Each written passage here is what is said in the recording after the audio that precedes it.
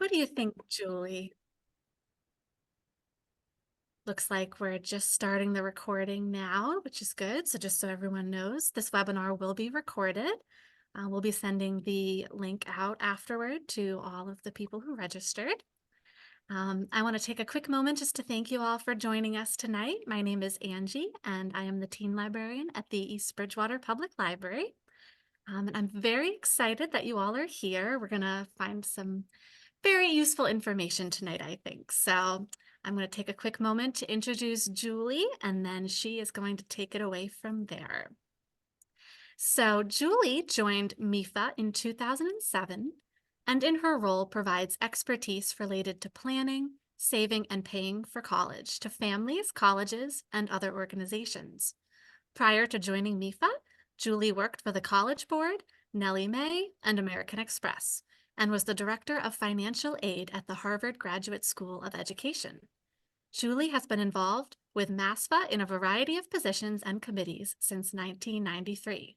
She holds degrees from the University of Massachusetts in Amherst and the Harvard Graduate School of Education in Cambridge. So please join me in welcoming Julie. Take it away, Julie. Oh, thank you, Angie, and thank you to all the libraries who have organized this and have so we'll have this great information going out. So thank you.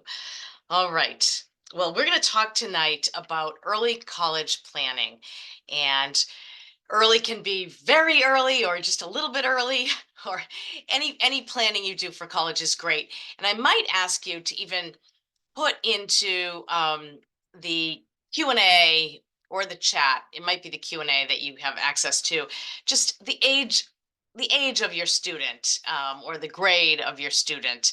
That will give us a little bit of a sense. I think probably we'll have a real mix here, and there's something for everyone, so that will be great.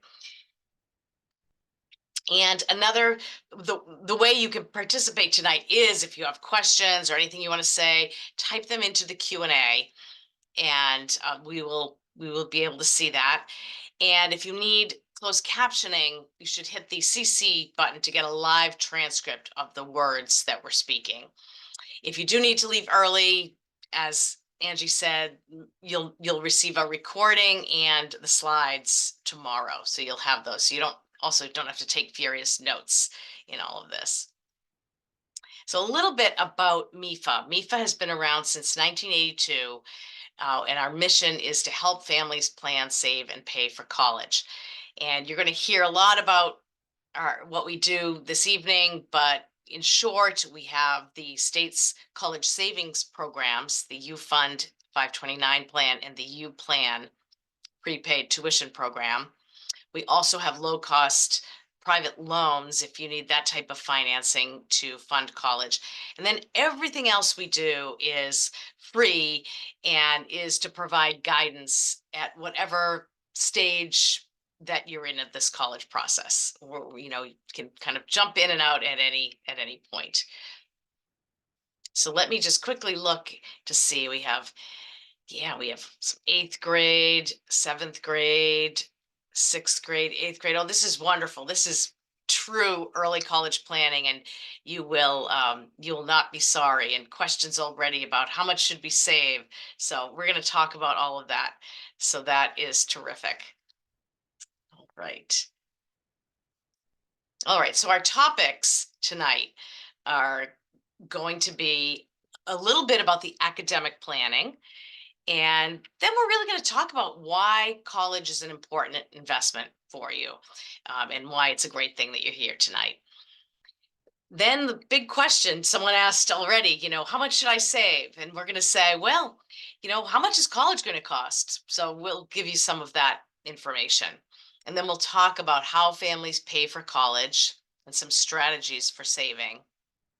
And then I will get into some specifics about MEFA's 2 programs, and they're really the Massachusetts state programs, the U Fund and the U Plan, 2 great ways to save.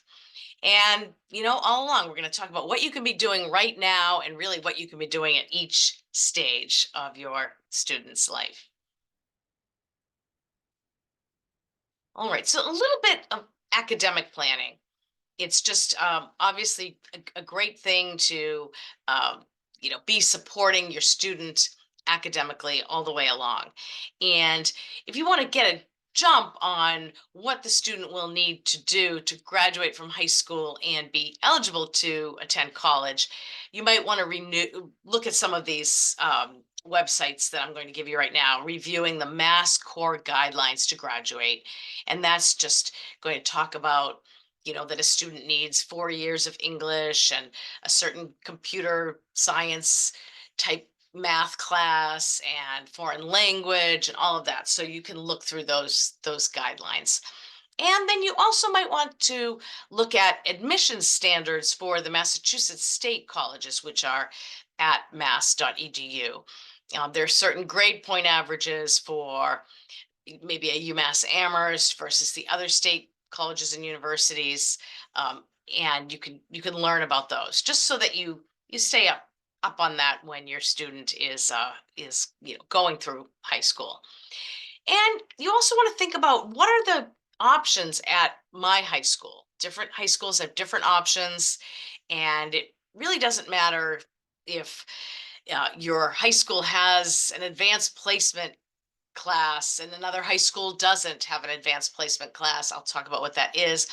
It just means that you understand what the options are and then can make sure that your student takes advantage of what your specific high school has. So some of those options could be advanced placement, and those are classes that really allow a student to show that they can do college level work. And so the student, usually will take an AP class, and then at the end, they can also take an exam and get a grade 1 through 5 on that AP class. That's something that they can show colleges if they take an advanced placement class and they get a 5, which is the best score. Then a college will say, oh, well, that student really can do college level history work, for example. So that's a nice option to be able to show colleges. And IB, that's the International Baccalaureate. That's another terrific program that shows colleges that your student is really capable of high level academic college level work.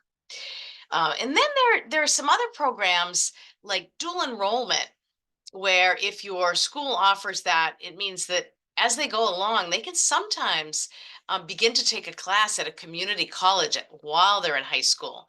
And that's another way to show that they can do college level work, get some credit, and sort of get a jump on some of those basic classes at the college level. So all kinds of things like that. So you'll want to just find out what opportunities are at your high school. And then we also, on the MEFA website, and I should say our MEFA website is mefa.org. We have so many resources there. And one is about high school academics. So you can click on that and go in and get some tips with all of that.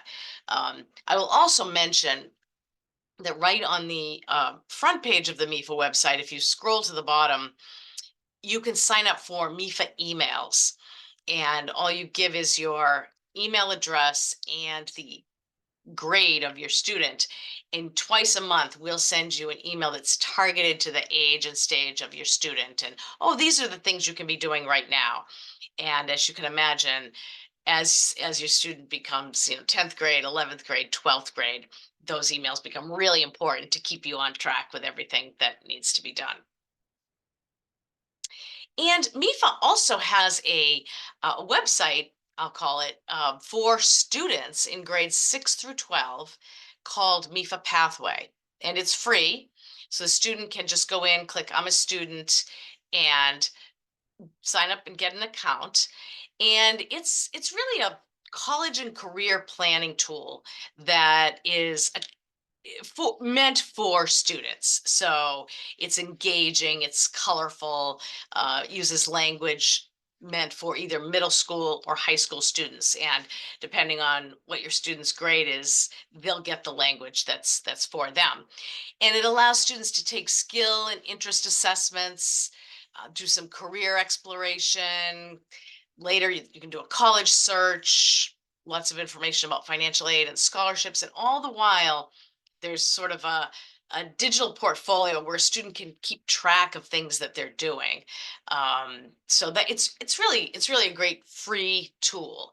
And the skill and interest assessments are very much again targeted to the students. So they're sort of fun where they feel like they're games, where you play a game called Would You Rather and give some options, and then the student picks how they'd rather be spending their time. And at the end, it comes out and says, it seems like you would like a creative job. Here are some examples of those and things like that. So yeah, sometimes I like to say that's a good summer project. And I'm going to first just sort of talk about college. And people sometimes ask, is it worth it? We hear all these stories about how expensive college is, and I'm not surprised that people say, is it worth it? And so this comes from the College Board. They put out a series of papers every fall, and this one is called Education Pays. And this just shows that with increasing levels of academic achievement, students do earn more when they graduate with a bachelor's degree or a master's degree or a doctoral degree. So you can see that on this chart. But I also am going to say I've been talking about this for many years, and the truth is that college isn't necessarily what we've always thought. Oh, it's a 4-year college with a big green lawn out in the middle of all the buildings. College can be anything that you do after high school. And students have more options than ever to pick a path that's really going to interest them, that they're going to be engaged in, and that's going to set them up well for life. So that might mean 2-year colleges, 4-year colleges. It might mean they go on to graduate level. It also might mean they do something that's more technical, and those options are available to students as well. And that's why some tools like that portal I showed you can be just ways for them to explore a lot of things that maybe they hadn't thought about. And in that portal and other places, they can learn a little bit more about careers that they may not understand, and see, well, what's the day in the life of an engineer, things like that. So all of this early piece should be just fun and really geared to helping the student figure out what they love and what they're good at. And this is another chart about the financial piece, just talking about how much does college cost right now. And so this shows that different types of colleges cost different amounts. So a private not-for-profit institution, 4 years, um, can, with tuition fees, room and board, books and supplies, other expenses, can cost, here on this chart shows $60,000. Here in Massachusetts, we even have some colleges that are closer to 80 when you pull all of that in. But then public 4-year institutions that are out of state might cost a little less. Public institutions in state may cost even less than that, you can see. And then community colleges, which are very affordable and becoming even more so. Um, but the key that we're going to talk about tonight as well is it's not necessarily just what that cost is, or sometimes we use the word sticker price. It's after financial aid, how much are you going to be paying? That's the more important number for you to be thinking about. And there is a lot of financial aid available. We'll talk about that a little bit, but the key number that you're going to want to be focusing on is not just what that big sticker price is, but what your family, with your finances, with your students' academics, all that, what you'll be paying, which is usually a lot less than that sticker price. So here are some things you should know when you're thinking about what will we be expected to pay. So there's something called a student aid index, which is the number that comes out when you file your financial aid forms. And that's the number that your financial aid will be based on. And so you can go to MEFA.org look at our student aid index calendar and calculator, and put in your information as you will someday on a financial aid form. And the number that pops out of that will be your student aid index. And that will give you a sense of roughly how much you might be expected to pay for college. So that's a helpful tool in planning and answering that question that someone asked, how much should we save? That will give you a sort of ballpark estimate. And then other calculators that you can use that will really be helpful are net price calculators on specific college websites. So if you want to fine tune it even more, if your student begins to be interested in a certain college, you can go to that college website, find their net price calculator, which you could just type in the search, put in information again about finances and academics, and you'll be able to see an estimate of a financial aid offer that your family, your student might be able to receive from that college. Now, of course, it's only as good as the information you put in, and it's an estimator, and it might be, years in advance, but it's a good number to give you a sense. Should I be saving uh $10,000 or $50,000 or $100,000? So these can be helpful tools to guide you in the right direction. And then these are some other great websites: College Navigator, College Scorecard, and MEFA's College Cost Projector, all that will allow you to research different colleges and see a lot of data about those colleges, such as, what is the average cost for a family with your income?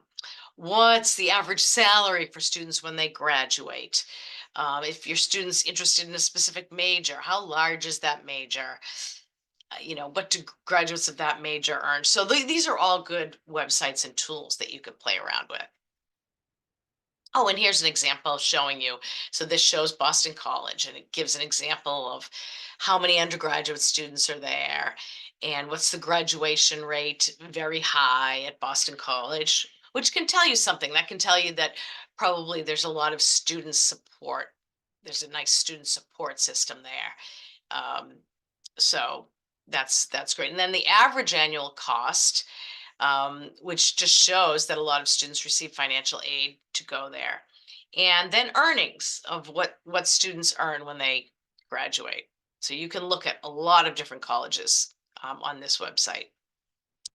And this is showing you an example of a net price calculator on a college website where it would show you the direct costs, the estimated grants and scholarships you could receive, and then how much you would have to pay. So right down at the bottom there where it says estimated remaining cost after financial aid, 17,000. So you might quickly say, okay, well, a rough estimate of what I should save for my student would be, you know, 17,000 times 4 to cover the 4 years, something like that over time. Um, but again, most families that I work with, and I've worked with many over the years, aren't able to necessarily save all, and there are other ways that we'll talk about that you'll be able to pay, but any savings that you can put in place will be a super help to you when it comes time to paying for college. And these are a couple of programs that we have here in Massachusetts that are worth knowing about. The first is mass transfer. That is the program where a student can begin college at a community college and then transfer to a 4-year public institution in Massachusetts. And by doing so, really ensure a very affordable education. So there are so many benefits like guaranteed credit transfer, tuition credits, freezes on tuition. These days, you can really save a lot of money by deciding to go that route, community college to 4-year. And I will share that in other parts of the country, this is a well-worn path. In California, so many students start at the community college and then transfer to the 4-year. We've done less of that, or it's been less popular here in Massachusetts. I think because we have so many private institutions in Massachusetts, but this really can be a very affordable way to receive your 4-year degree at a very reasonable cost. And then another great program is called Tuition Break, and that's from the New England Board of Higher Education. And that's a program where a student can go outside of Massachusetts to a neighboring state, New Hampshire, Connecticut, Rhode Island, and if they are enrolled in a certain program that qualifies under tuition break, they can pay in-state Massachusetts prices, even though they're attending out of state. So it's worth taking a look on that website, the Tuition Break website, to see if some of those programs are of interest. And if so, that might be worth the student applying to a UNH or a UConn or University of Maine, and being able to attend a program out of state, but still pay those lower in-state costs. Julie, do you mind if I jump in with No, a few quick that's great. I was just questions? about to say yes. So we have two questions that are on specific plans, which I think you might be covering a little later on. But there are two questions that I think are pertinent to what you're talking about right now. One of them is, does the financial aid depend on how much money you have? So, yes, in fact, we're going to talk about it in one moment, but I'll say it now anyway. Financial aid is really awarded based on two things. One, yes, your finances, what your income and assets are. But another is merit. There is a lot of merit aid out there. So, merit is based on your student's academic profile. So, are they applying to a college where they are going to be very high in the applicant pool because they have a grade point average from high school that's excellent? So, there's some merit aid, and then there's some need-based aid, which is the aid based on your finances. So, and we're going to talk a little bit about that now too. Great. And then the other question is, how can you use the calculator if we will be in retirement when our son goes to college? What income shall we use then? Yeah, that's a great question. So I would say if you have an estimate of what your income might be when you're in retirement, um, just use that number. Use an estimate, and you could play around with it too. You could do the calculator a couple of different ways and use a lower amount, a higher amount, if that helps you to make some decisions too. Um, but just do your best to estimate what your income might be at the time, and that will give you a better estimate. Great. All right, you can keep going and we'll address the other questions in just a little bit. That's perfect, Angie. And interrupt me anytime. That's good. All right. So the financial aid, which I think is exactly what that family was hoping for some information here. So what is financial aid? It's really any money that is going to help your student pay for college, and usually broken down into three types. The first being grants and scholarships, and that's the best kind. So that is money that is just given to your student, and the student doesn't repay. It just comes right off the cost. So that's, you're looking for a lot of that. But then there are a couple of other kinds too. There's work study, which is basically your student is awarded an allotment of money, say $3,000 for the academic year, and it's not awarded to the student up front, but it allows the student, it makes it easy for the student to get a job on campus because it allows colleges to hire lots and lots of students through that program, where the student can work, earn money, and usually pay for things like shampoo, bus fare, pizza, travel, things like that. They're usually not paying tuition and fees with that because it's coming later, but it is covering some of those necessary expenses during the school year. So that's another type of financial aid. The student just has to get a job. And the other nice thing about work study is I feel like the student can go one or two really good directions. And the first direction is they might be able to, if they're a chemistry major, get a job in a chemistry lab or something. And that might put them in touch with faculty and research assistants that will be helpful to their program. That could be a super job to have that then is experience when they graduate, all of that. So that could be a nice way to use your work study. Another great way to use your work study might be to get a job sitting at the front desk of the library or the gym or another building, and you have a clicker in your hand and you check people in to make sure that not too many people are, you know, coming to the gym that night or coming to the library.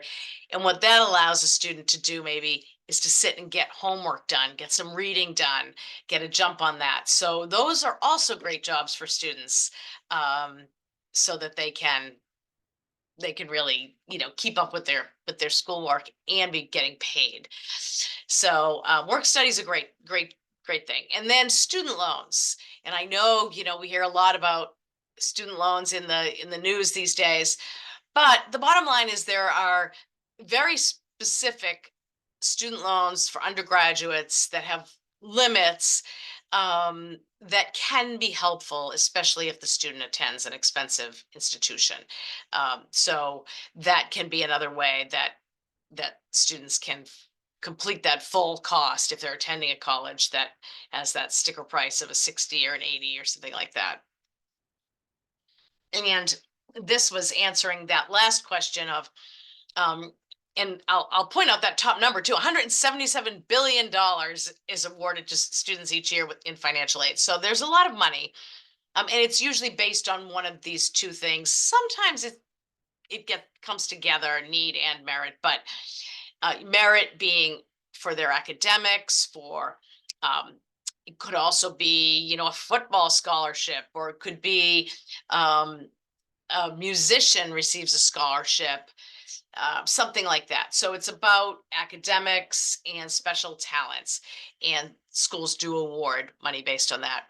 But then they also award money based on your financial situation as information you put on the financial aid forms when your student is a senior.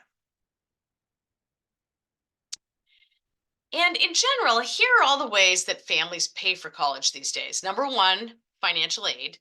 So definitely when your student is a senior, you're going to want to apply for financial aid so that you can see what you're eligible for. That's great. You want to take any money off the top that you can.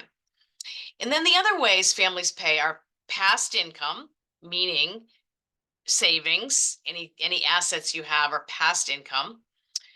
Present income, so if you have a monthly budget, um, sometimes people pay as they go along, and all colleges have something called a monthly payment plan, which allows you to split up the cost of paying, um, on a over many months. So I don't want to say the normal, but the typical way that you're billed from college is once for the fall, once for the spring.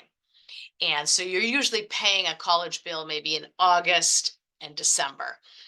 But you can also join a college's monthly payment plan and pay over time. And that's if you have money in your budget and want to do it that way, you can do that as well. And that's not a loan, that's just a payment plan. And then the other way that families do pay is they do take on financing. Either the student borrows the student loans, sometimes the parent borrows some other educational loans, or and really sits down students and parents. Sometimes they do a little bit of both. And so I'll leave it at that for now. But I guess the point here that I like to make is truly the more savings you have, and again, I take the pressure off to say most families I know cannot save it all. But the more savings you have, the less pressure you have on your present income or having to borrow a loan. So that's why your college savings is a good thing. And yeah, this is a great way to show this too. Let's say that you have a $10,000 college cost and you save you save for that. So let's say you're saving $6,960, and then you're earning interest over the many years. Well, that could mean that's how you come up with that $10,000 for that college cost. If you don't save, and let's say you have to borrow that $10,000 college cost, then you pay interest back, um, then you're going to end up paying 13,920 for that 10,000. So the point being that most people pay for college over time. It's just, are you going to start that time early, or are you going to wait and pay later? And actually, great, point. I'm glad the person who's going to be retired when your student is in college spoke up, because that's something you want to consider, that you might not want to be paying for it after the fact while you're already retired. So the more you can do up front, the more helpful that will be. Then when I start talking about financial aid, and then I start telling everyone you should save as much as you can, the first thing that people say to me is, Julie, why would I save? Isn't that just going to hurt me? Isn't that just going to mean I'm not going to get any financial aid if I save? And it's something I've heard over many years as I've been doing this work, and it makes sense. It makes sense that that's what someone would say. Why should I do this if it's going to hurt me? But it is a big myth, and it's a myth we always try to dispel. MEFA really tries to help people understand this. So the truth is that in that financial aid formula, your income is the biggest factor in determining financial aid eligibility, not your assets, not your savings. And so, because of that, your savings are counted at such a low amount, whereas your income, they're expecting you to pay for college, depending on how much income you have. Um, it is so worth saving, because you're going to be so much better off with the savings to help you pay for college. In fact, I'll just throw out a number so you have it in the back of your mind. Your savings are treated in that formula at a rate of 5.6%. So what that means is that if you save $10,000, that a college is going to count $560 of that as money they think you can use toward paying for college each year. So that's a pretty low amount given the 10,000. If you save 100,000, they're going to expect that you could pay about 5,600 per year toward college. Still low compared to the amount that you have to actually use and pay. So it's really worth saving. And then the other thing that people say is, once I start talking about colleges that cost $60,000, $80,000, and then I'm telling you to save, and you think, there's no way I can save that. I have, 2 kids, 3 kids. We have lots of expenses. Life is expensive here in Massachusetts. Um, should I just not even bother, because I can't even get close to saving enough? But that also is not true. The truth is, any little bit you save, you will be happy that you saved. And I've just heard this from families year over year, where people say to me, I'm so glad I saved. I don't know how I would have done this if I hadn't. And then everyone always says, I wish I saved more. So um, I'd say save as much as you can, but then let it go, and don't beat yourself up because you can't save it all. Most people can't. Just do the best that you can. And if you start saving and you're consistent about it, you'll be amazed at how much money you can put away to be used toward college costs. And here are all the ways your savings will help you. So, you know, you'll hear, if you come back to a MEFA workshop when your student is a senior, you'll hear me say that you want your student to apply to a variety of colleges, different types of colleges, because you always want students to keep all of their options open. And then student will hear back, are they accepted? Do they, are they admitted to a certain college? And then they'll hear back about a financial aid offer that was given. And then you'll really sit as a family and decide, is this affordable? Can we afford this college? Or how about this other college that is also terrific, maybe costs a little less? You'll make those kinds of decisions. But if you've saved some money, it just opens up those options. Maybe does allow your student to go to their first choice versus their second, or their second versus their third choice. So it opens up those options. And I think it's a key point in this whole education college process of keeping options open. And it also could allow a student to take advantage of a special program such as a study abroad program, which sometimes is not even more expensive than staying on campus. That's wonderful about study abroad. But with travel and all, that could be an extra expense. And so having saved some money could help with something like that, or allowing a student to do an unpaid internship one summer that might be really good for their career and program. It also might reduce or eliminate the need to borrow loans. And although it's shown that students who work a reasonable number of hours, 10 to 15 hours a week during college, that's actually a help to their studies versus hurting. But let's say a student has to work more than that. That could end up becoming a burden and make it hard for them to keep up with their schoolwork as well. So having saved would maybe allow the student to keep a reasonable work schedule. And again, we talked about how the impact on financial aid is very low with your savings. And lastly,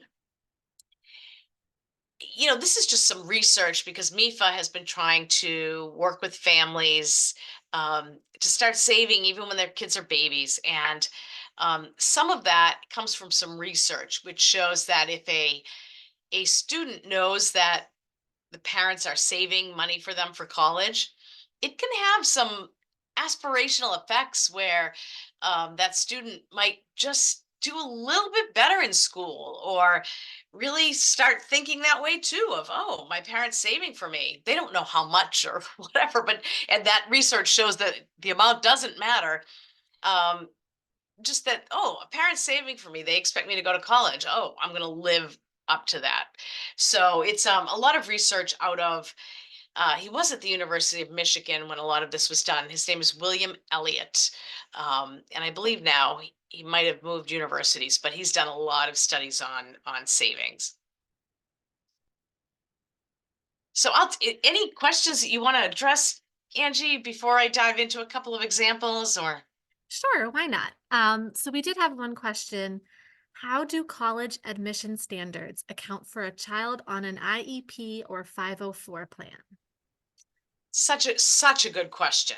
And actually, I'm going to tell you that MEFA has some webinars, and they're recorded webinars on our website on these topics where we bring together college folks to talk specifically, because we also have this program called Attainable, which is a saving program for people with disabilities, students with disabilities, um, that is like a 529 college savings plan, but you can use it for all kinds of things. So because we have that, we do a lot of work with this topic.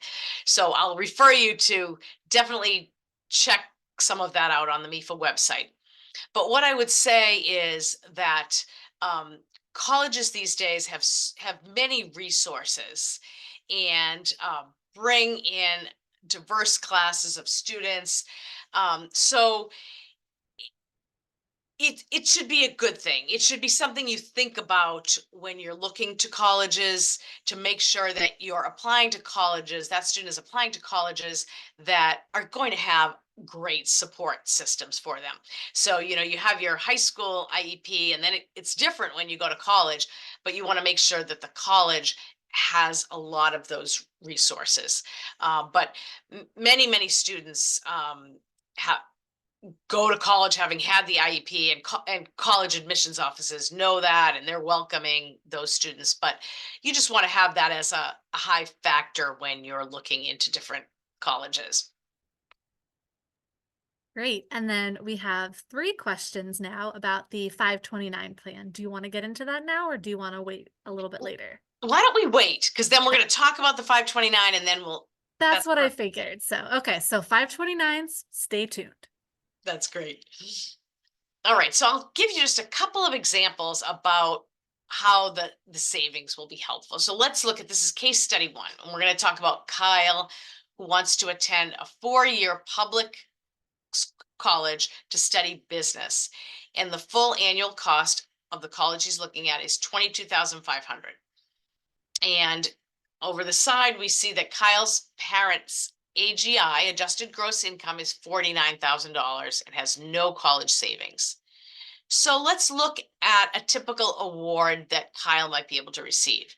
So in this case, he's receiving grants and scholarships, the best kind of aid, of $13,000, federal work study award of $2,000, and that federal student loan of $5,500, which is the maximum amount for a freshman. So Kyle is awarded $20,500. And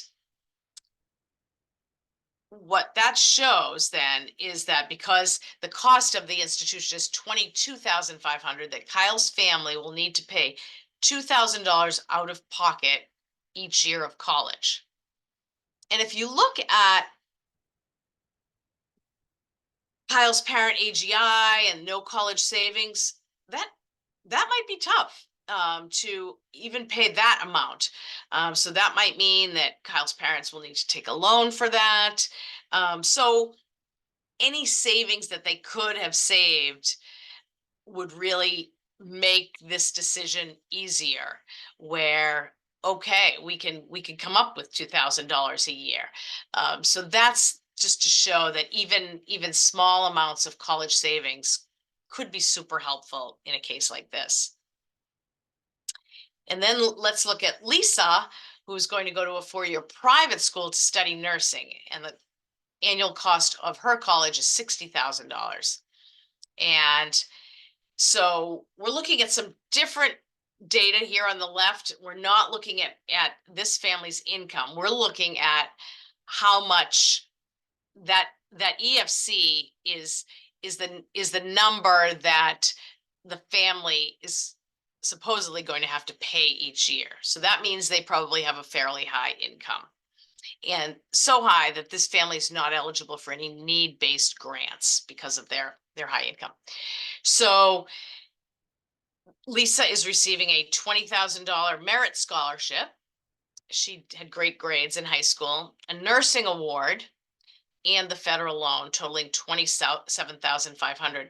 But that means that Lisa's family will need to pay $32,500 out of pocket each year of college. That's a large amount, even if Lisa's family has a fairly high income. That's still a lot of money to come up with each year. And so for that reason, that's where having some college savings would be super helpful for this family. All right, so now we're going to talk about some strategies for saving before we talk about the very specific different types of savings plans. But a key is to start saving as early as possible. Just, the longer time horizon you have to let your money grow, the better. So, you know, hopefully you've started saving in some way. And if not, I'd say do that as soon as possible. And it's good to start with a goal in mind. And I think that's why I think some of those calculators can be somewhat helpful, just to give you an estimated goal. That early on we looked at that family that was going to be paying about 17,000 a year for college. And so, oh, maybe the family has that as a target. It says, all right, 17 times 4, I'm going to target that amount to save. And then kind of figure out what they can save per month. And then families who are able to sort of set it and forget it, have a certain amount that they're saving going into a college savings account every month, sort of like you do for retirement.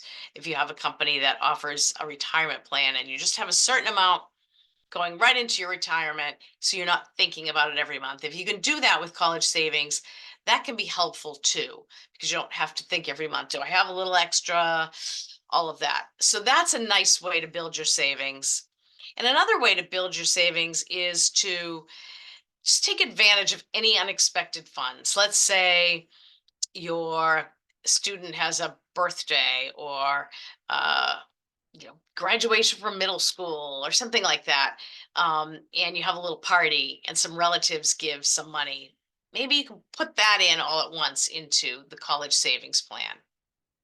And this photo you see here is from Fidelity has this gifting page where if you are having a party for your child or something, you can put a really cute picture up and send the link to your friends and relatives to say, you know, a small amount donation into the college savings plan would be a great gift. And I've found over the years that people are always looking for, what can I do to help? And I think it can be a really good gift, and people feel really good about giving to a college savings fund. What I've sometimes done for friends is I buy a very small, inexpensive, a little book or a little hat or something, or a little toy that child might like, but then also have a small check that goes into a college savings account. That can be a nice balance. I always joke and say that my kids are older now, and they didn't have this little cute gifting page, and so at this point, I can't put the pictures of 20-year-old kids and try to ask for money for them. But when your kid is young and cute in elementary or middle school, I think that's a great option. Let's see. Yeah, and just when your child does get older and maybe gets a little job, you can also get them in on it too and have them save a little bit of their money for college.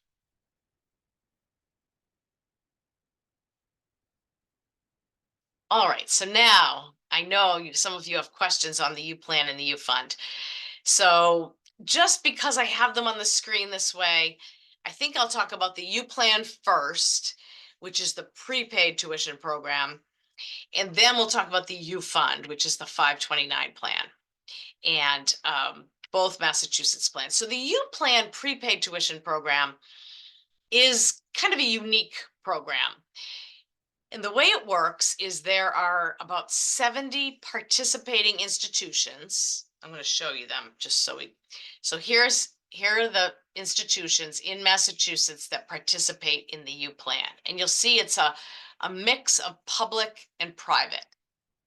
And so the way this works is that you don't have to pick a college up front, but you just know that all of these colleges participate.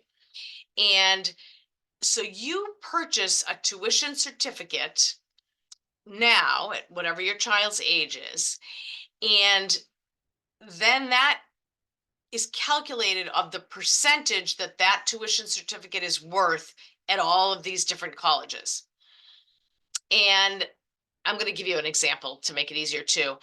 And then that means that you lock in that percentage. So when your child is ready to go to college, you've locked in that percentage of savings at that school, which can mean that can sort of possibly beat out inflation of that tuition seems to go up each year. So let's give an example. And these numbers are not correct in the example, but I'll just make it simple. Let's say, so we're going to go back. Let's say today that UMass Amherst tuition and fees is $10,000. It's more than that, but let's just say that's what it is. And you had $5,000 to save. You could put $5,000 into the U plan, and then you will have locked in 50% of the tuition and fees at UMass Amherst today. And then let's say by the time your child goes to college, UMass Amherst tuition and fees is $30,000, let's just say. Then your 5 has become 15 because you have locked in 50% of the cost of that college. So, and then you receive a report every year saying your money is worth this percentage at all of these different institutions.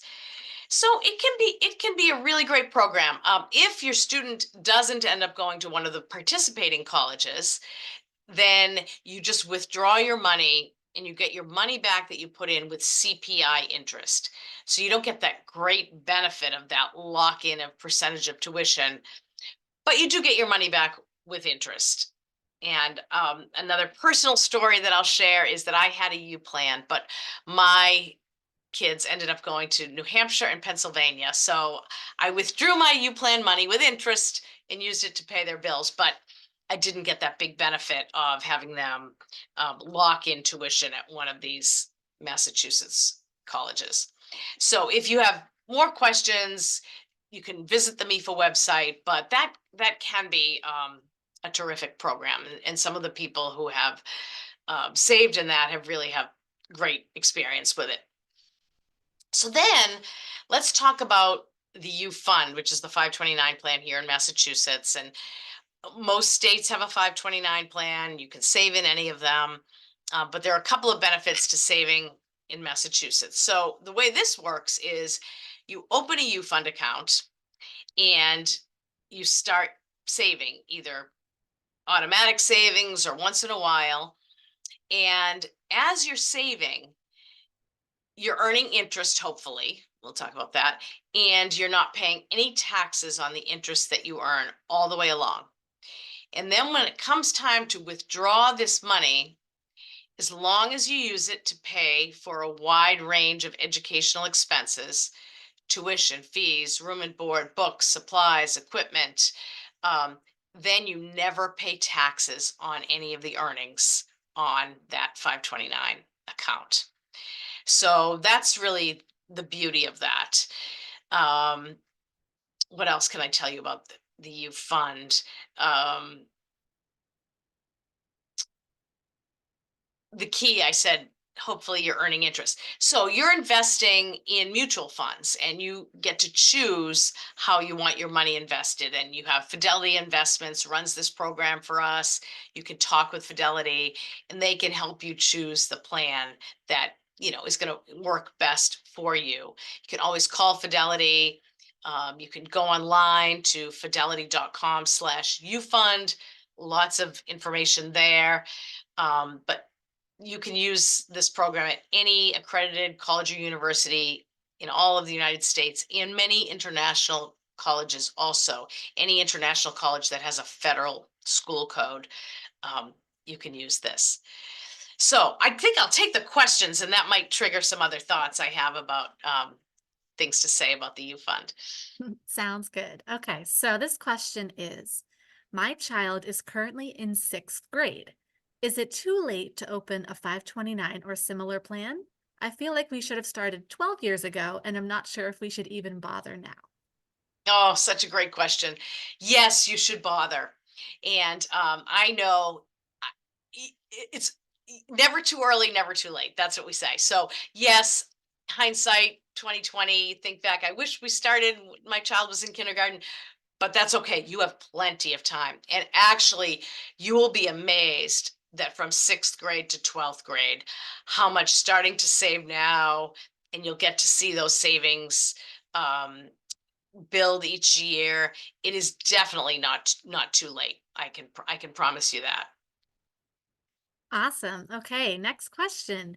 Should you put more than $2,000 into a 529 college plan?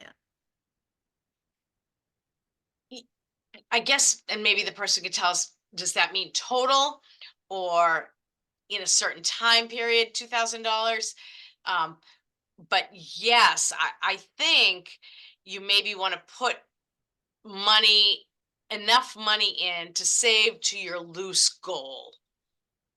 And if you want to have enough money to keep all options open, you want to save as much as you can, really.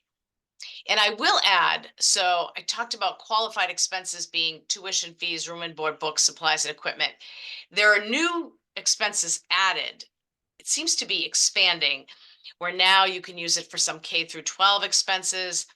You can use it to pay off $10,000 of a student loan. And coming soon, there's even a way that if you don't use all the money in your 529 plan, which I don't see that often, that you're going to be able to roll some of it into a retirement account. So they're trying to make it so that no one would have a fear of, no one would decide to not save because they weren't sure of the exact amount to save. They're trying to give as many options as possible on how to use this money. And it looks like they did follow up and said they meant 2,000 per year only $2,000 is tax deductible.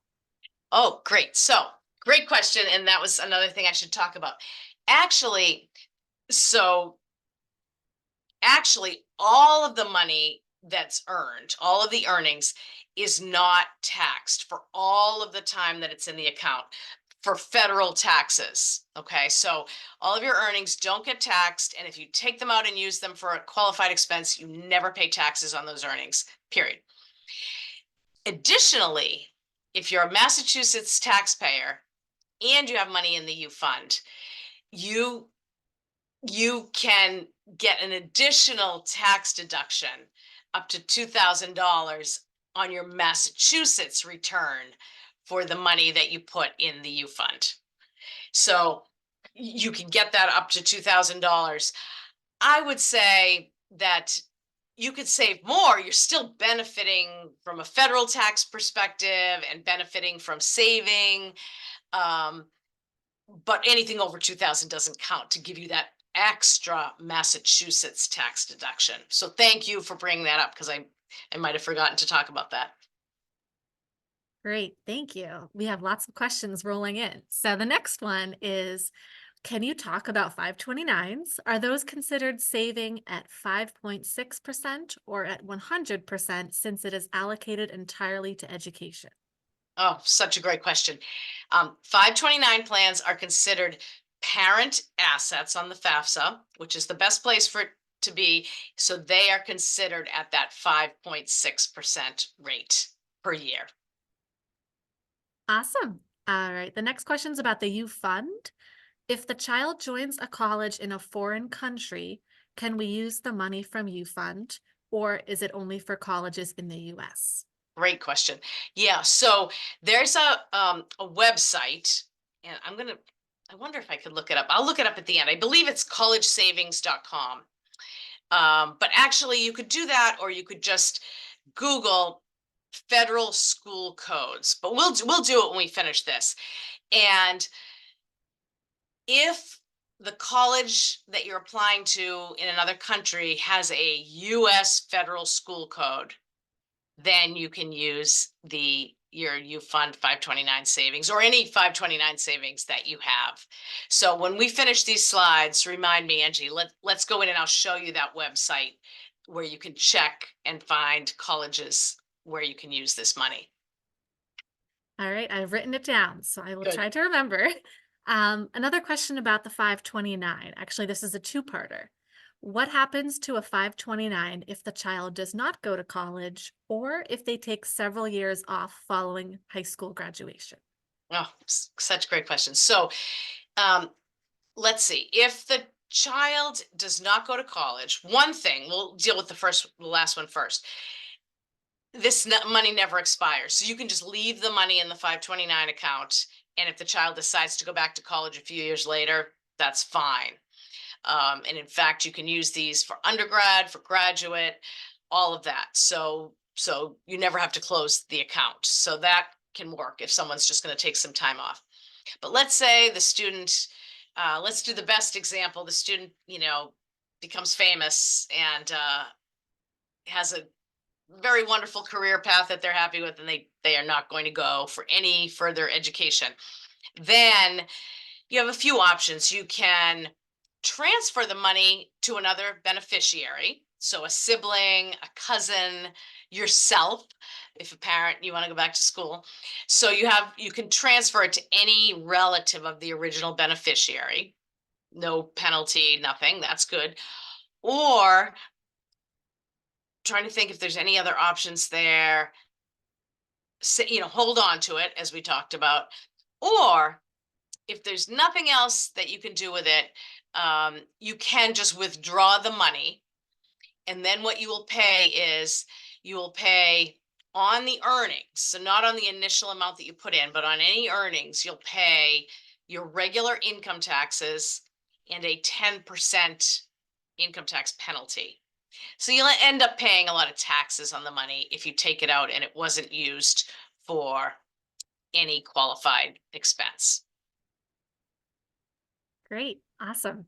The next question is, if the college is not listed on the college list, Can the U Fund be used for other expenses like boarding, books, etc.? Yeah, I have to see if I understand the question. So, the list that I showed is for the U plan, and whereas the U fund, students can go to any accredited college in the United States and sometimes elsewhere. So that's the first piece. But because of the end of the question, I think you might mean this. Since the U plan is for just tuition and fees, you could use that to pay for one of those colleges. And then if you had a U fund as well, you could use that for the room, board, book, supplies. So the U fund is just a little more flexible with the number of institutions and with the types of expenses.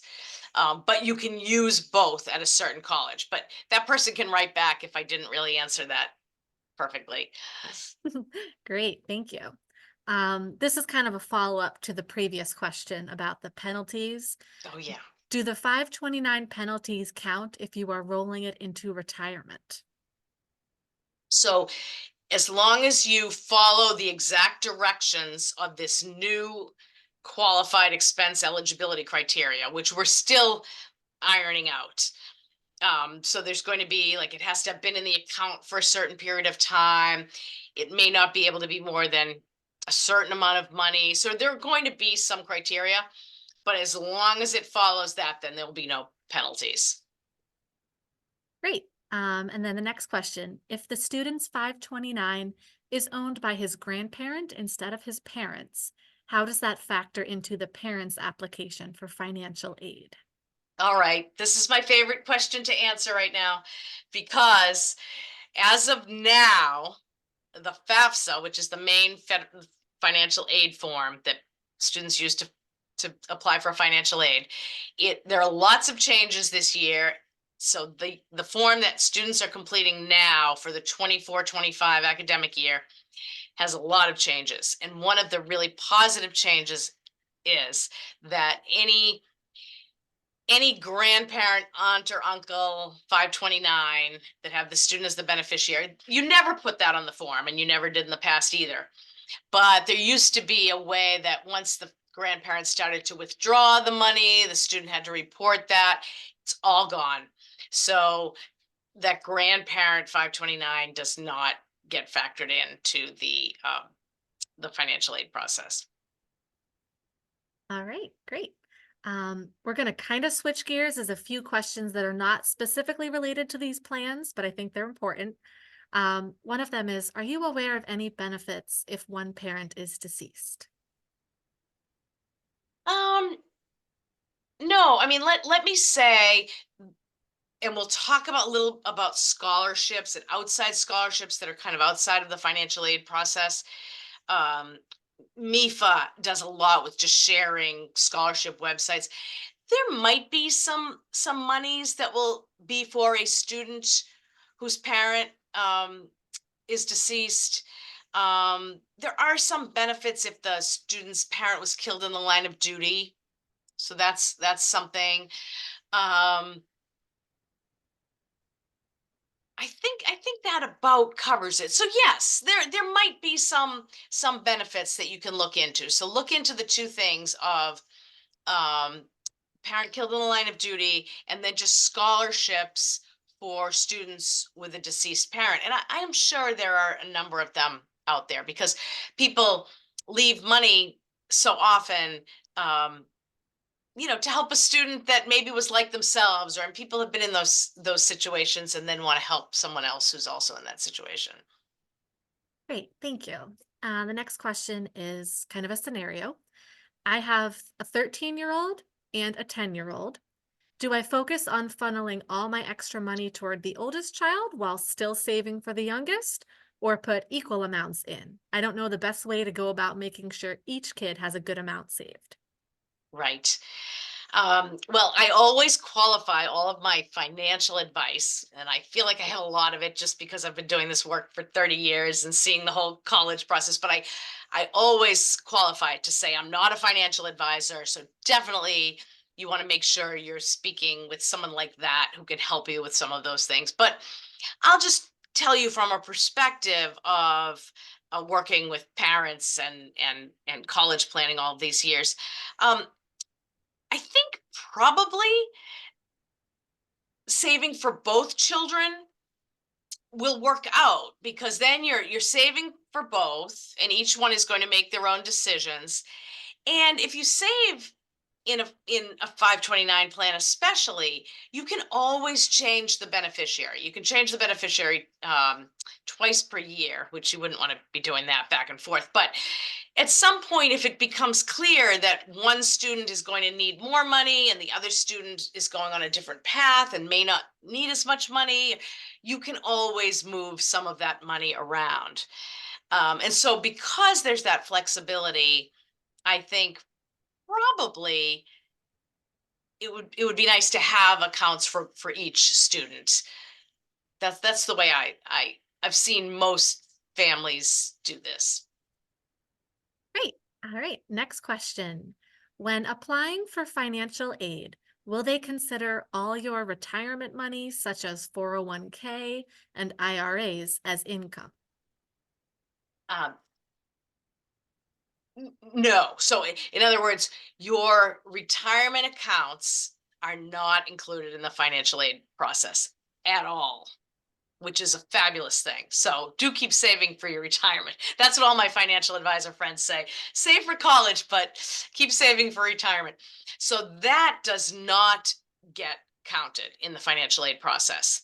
However, if you are retired and you have your income is your retirement, then that income will be counted as your annual income. But the rest of anything you've saved, your retirement assets that are in qualified retirement plans, do not get counted. And in fact, I'll just give this little detail so that you don't someday come back and say, I thought that woman said the FAFSA doesn't ask any, that's the main financial aid form. It asks nothing about retirement. So you don't have to put any of that in. The CSS profile, which is an additional financial aid form of the College Board, and some colleges want that form as well, that does ask a question about retirement savings, but it still doesn't get counted by the institutions when they're determining need-based financial aid. The College Board has many reasons for asking it, one of them being research. They're researching what parents with college age students have in retirement. So that's why some of those questions are asked on that CSS profile. So if you see that, you'll know why. But still, it is not counted in determining your financial aid. So that's good. That's great. Yeah. Mm. And then we got some clarification on a previous question where there was a little confusion about U Fund and U Plan. So this person said, if the student joins a college in a foreign country, not there on the federal list, can the U Fund amount be used for other expenses like boarding, etc., except the tuition fee as it's not there on the list? Yeah, that's such a good question. And that's such a great question, because I don't know the answer. And I almost want to say it's no, because they're not attending, a school that qualifies. I am going to have to find out the answer to that. Um, because part of what makes you eligible is that you're attending an accredited college or university that is able to accept these funds.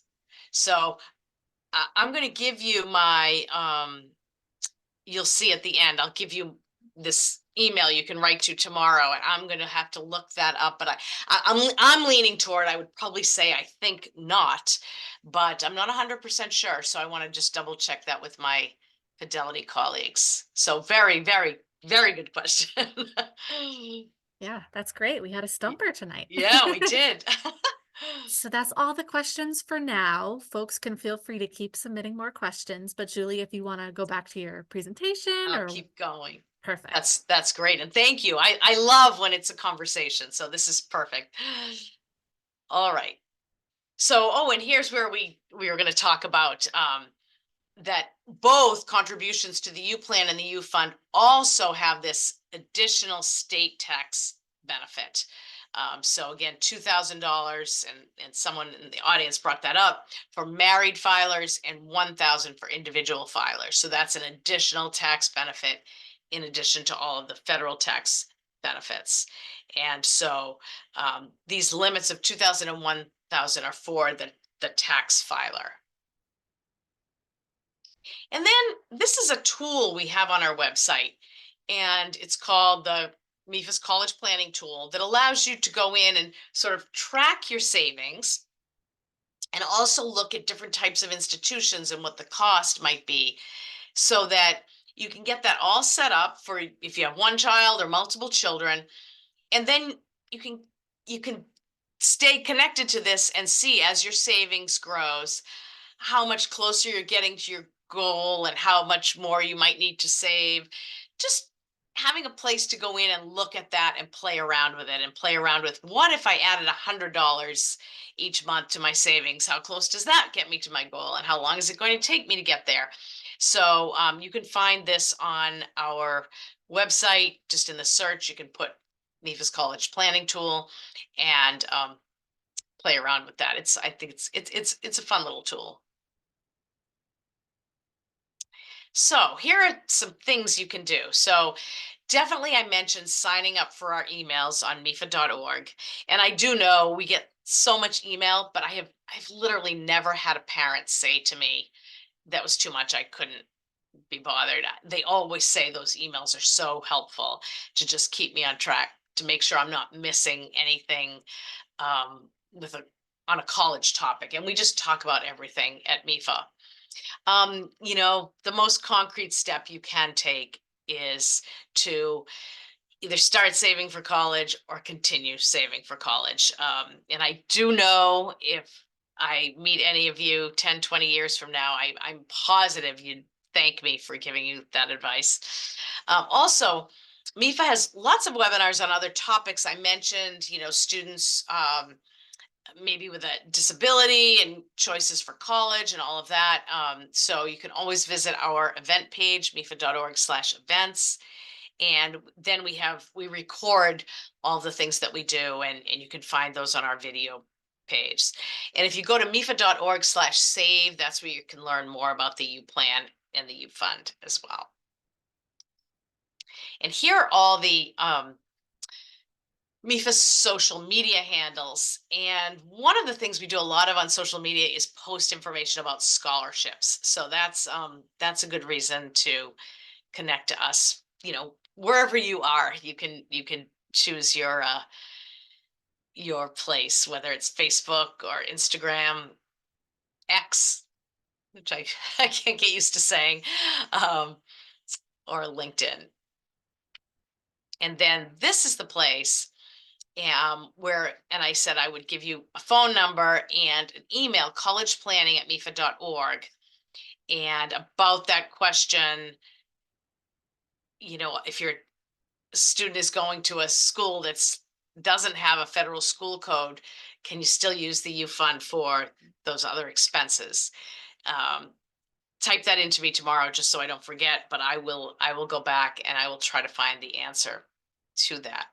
And I thought, let me look. I'm going to just go to the internet here if we can. Let's see. And you're getting to see my work life there.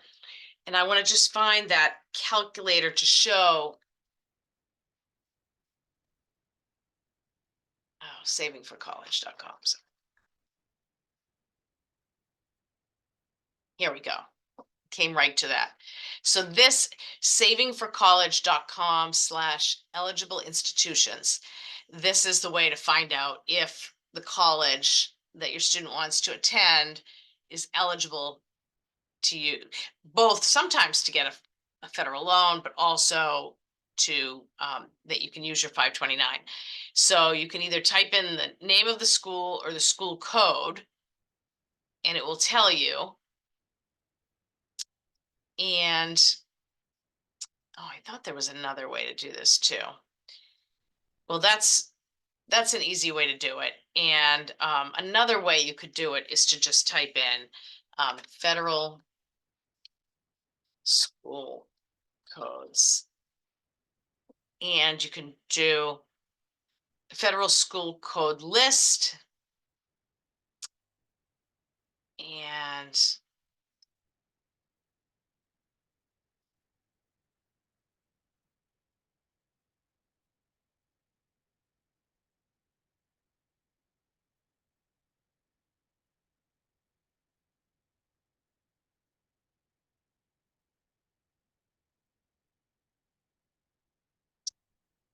yeah, I thought I want to give you a search where you can type in.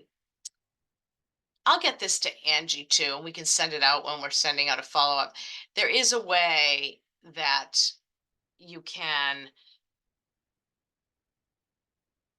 search like institutions in a certain country or in a certain state.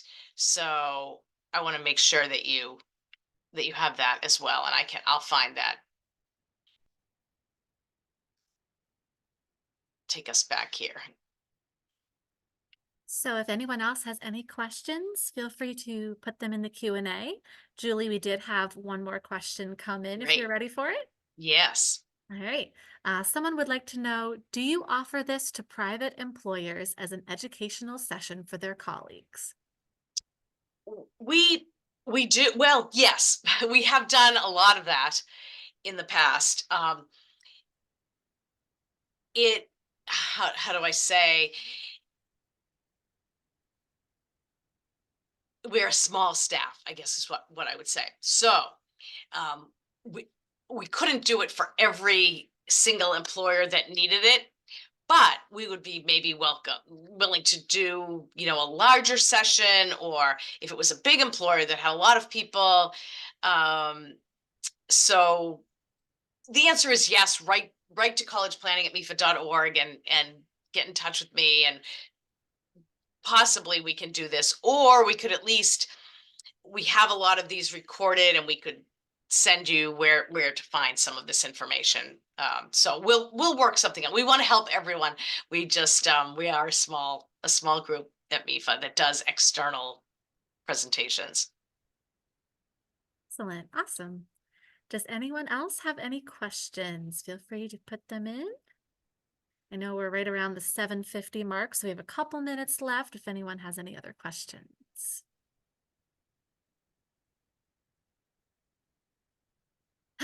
Okay, the next one. Would you offer this presentation to a school district for a parent night? Yes, yes, and we do that a lot. We have ambassadors that do go out to high schools on a regular basis, and then sometimes to, elementary and middle schools to start earlier as well. That's great. I Yeah. take both of those as ringing endorsements that people have found this very informative if they want Oh. to invite you to come talk to others. So that's great. No, that is great, and we love that. We do love that. Any other questions, folks?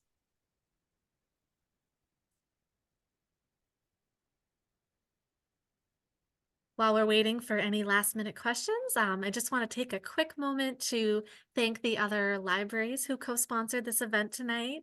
Again, my name is Angie from the East Bridgewater Library, but we also partnered with the Hanson Library, the Bridgewater Library, the Middleborough Library, and the Pembroke Library. So thank you all so much for partnering with us. And you've gotten a couple notes in the Q&A thanking you and saying how helpful the presentation was, Julie. So thank you for that.